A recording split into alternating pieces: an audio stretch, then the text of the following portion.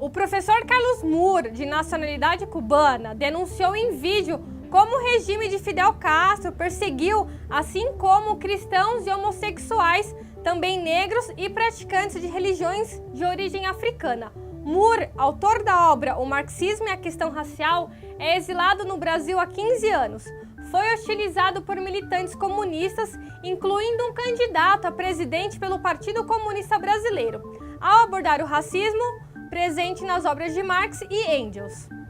O candomblé foi banido pelo regime comunista em Cuba imediatamente, quando chegaram ao poder. Começaram banindo o candomblé, detendo os pais de santo, os dirigentes religiosos nossos, e jogando eles em campos de concentração. E vários deles foram executados em esses campos de concentração, porque se negaram, inclusive dentro dos campos, se negaram a abandonar a prática religiosa deles. Eram momentos, realmente momentos horrorosos, em que estavam os campos de concentração, eram miles de pessoas, miles e miles de pessoas jogadas nesses campos de concentração. Eram pessoas do candomblé, e logo as pessoas dos movimentos negros. Quando Fidel Castro tomou o poder em Cuba, havia algo entre 530 e 550 organizações negras independentes, que constituíam o que podíamos chamar um movimento negro ou movimento negro cubano. Todas essas organizações negras estavam defendendo a população negra contra esse racismo extraordinário que havia no país. Fidel Castro chegou e em 1961, no mês de junho, decretou a dissolução de todos esses movimentos que ele chamou de movimentos de racismo negro. Ele falou que não ia permitir o racismo negro em Cuba. Decretou a cor cubana, né? E aí ele decreta que a única cor que vai existir em Cuba é a cor cubana. E a cor cubana, qual era? A cor cubana é a cor do regime. Até hoje esse regime é branco, constituído por brancos espanhóis. Não por brancos de todas as etnias que existem em Cuba, não, brancos espanhóis.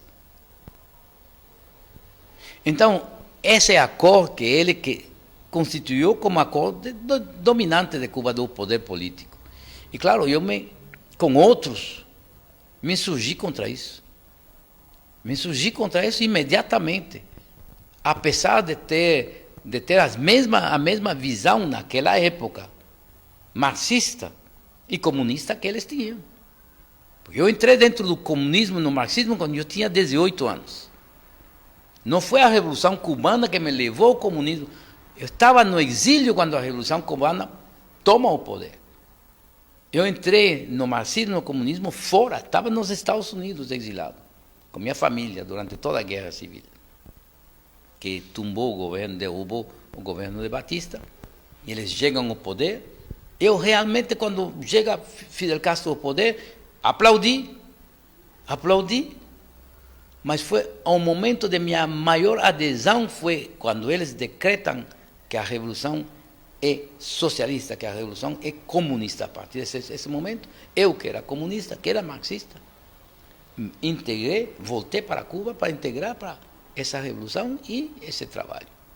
Porque eu era marxista, era comunista, nunca pertencia a um partido comunista, porque sempre considerei que os partidos comunistas eram muito sectários.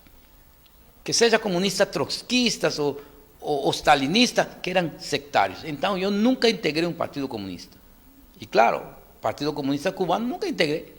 Então, minha família é parte desse partido. Nunca nem quis. Porque a minha visão dos partidos comunistas é que são partidos sectários. E quando eles tomaram o poder em Cuba, começaram a acabar, a fuzilar. Eram execuções. E o fato do que aconteceu a semana passada nos demonstra que mesmo em um país de direito, um país onde há que respeitar, eles são capazes de montar esse tipo de violência. Imagine que eles não fariam se eles tivessem o poder político aqui no Brasil.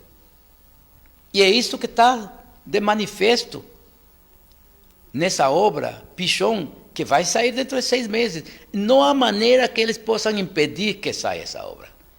Eu acho que eles estão tentando também criar um fenômeno político para me descreditar como agente da CIA, agente do imperialismo, agente de Obama, coisas desse tipo, para tentar criar a confusão. Mas eles não podem criar a confusão aqui. São 15 anos que eu moro aqui, 15 anos que eu estou dentro do processo social deste país e sempre me manifestando do mesmo jeito.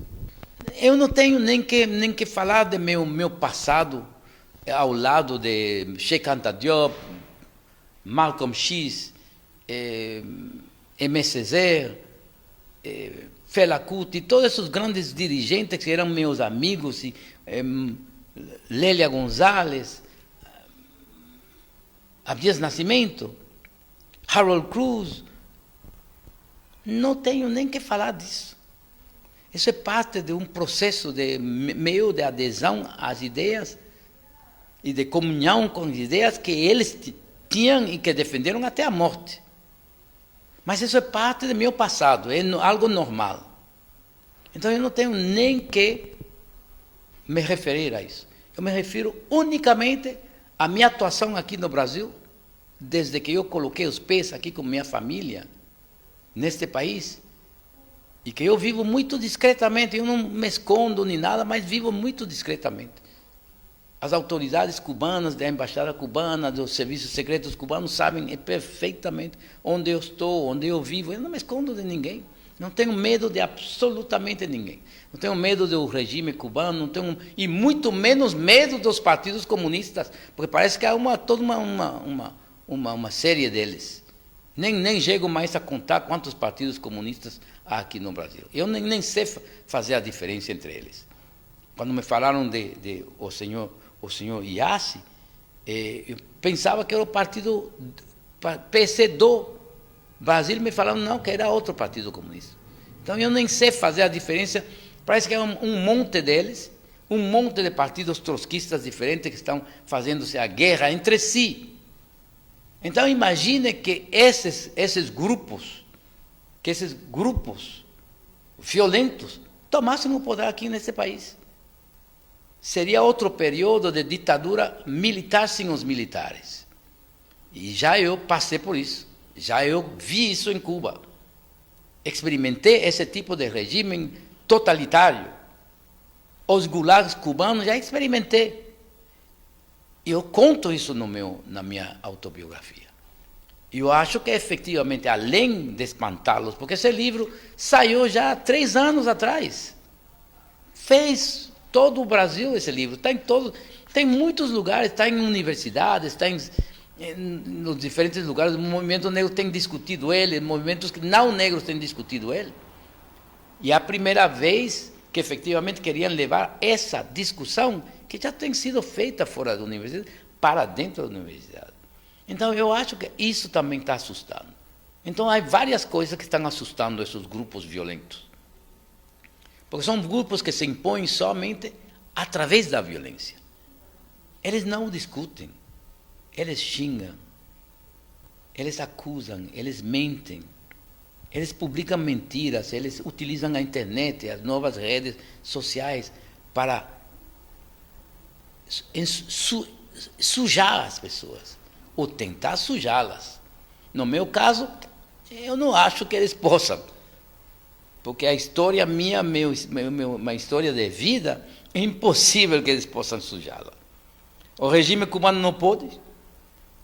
O regime de Fidel Castro passou 3 décadas catalogando-me de agente da CIA, de agente do imperialismo. E não pode, em nenhuma maneira, fazer colar esse rótulo. Porque enquanto mais tentavam, mais se desacreditavam, porque as pessoas diziam, esse é um regime tão mentiroso, não sabíamos que o regime castrista era tão mentiroso e coloniador. Mas todos os regimes comunistas fazem isso. Há 2 coisas que os regimes comunistas marxistas fazem, de maneira sistemática: mentir, caluniar e executar. Olha para a União Soviética, se considera que mais de 20 milhões de pessoas foram executadas, jogadas em campos de concentração, jogadas em campos de execução e milhões executadas. Não sabemos quantos desses 20 milhões foram executados. Regime chinês, parece que a Revolução Cultural somente matou 8 milhões de pessoas. Sem falar de todas as outras repressões fora da Revolução Cultural que houve nesse país gigantesco. O Vietnã, a mesma coisa. Coreia do Norte, você está diante de você, o regime de Coreia do Norte, matando até seus próprios dirigentes. Matam, há 6 meses mataram os número 2 foi executado sem nenhum processo, nada, e constantemente matando. O regime de Fidel Castro, milhares de pessoas têm sido executadas em Cuba nos 50 anos que eles tomaram o poder. Executados em secreto, sem nenhum tipo de tribunais, julgar as pessoas diante de tribunais, e aqueles que foram julgados de tribunais foi uma farsa, como o próprio general Ochoa, que comandou as forças cubanas em Angola. O próprio general cubano Ochoa, um dos generais mais respeitados e queridos pela população, eles executaram ele. Executaram ele como um cachorro, numa coisa totalmente sórdida em torno a um tráfico de drogas que se sabia que o governo cubano tinha organizado o tráfico de drogas para poder retirar divisas estrangeiras. Então, as execuções é próprio desses regimes.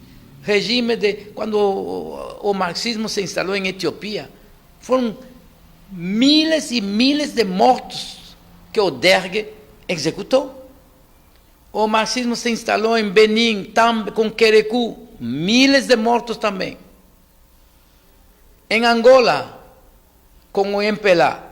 Não estou falando nem da guerra que matou 3 milhões de pessoas, estou falando das repressões internas, quando Nito Alves causou uma tentativa de toma do poder para corrigir a direção em que ia essa revolução.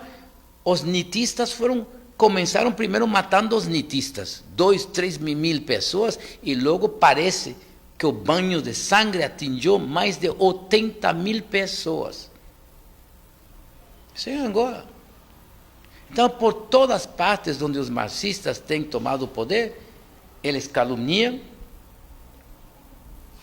os adversários e eles os matam. Então, isso fica bem claro na minha autobiografia, porque eu dou fatos. São fatos reais, concretos. Porque eu os vi, que eu vivi. Então, eu acho que isso os assusta. Que os assusta isso, por uma parte. A minha pessoa os assusta, porque eu não sou capaz de ser intimidado. Não posso ser intimidado nem pelo regime cubano. E eu não duvido que o regime cubano tenha suas capangas aqui no Brasil. Ele tem capangas em todas as partes. Mas, neste caso, não foram capangas a serviço do regime cubano que fizeram aquilo. Eu acho que estes são grupos violentos que estão incomodados cada vez mais com o rumo que está tomando o movimento negro neste país. Eu já tive a oportunidade de dizer aqui ao senador Aloysio Nunes de que nós precisamos, de fato, regulamentar o funcionamento das chamadas redes sociais. A presidenta Dilma foi vítima também de agressões violentíssimas. Gostou do vídeo? Não se esqueça de se inscrever em nosso canal. Apresentamos vídeos diários com notícias sobre a política e a sociedade brasileira. Compartilhe e ajude a transmitir o nosso conteúdo.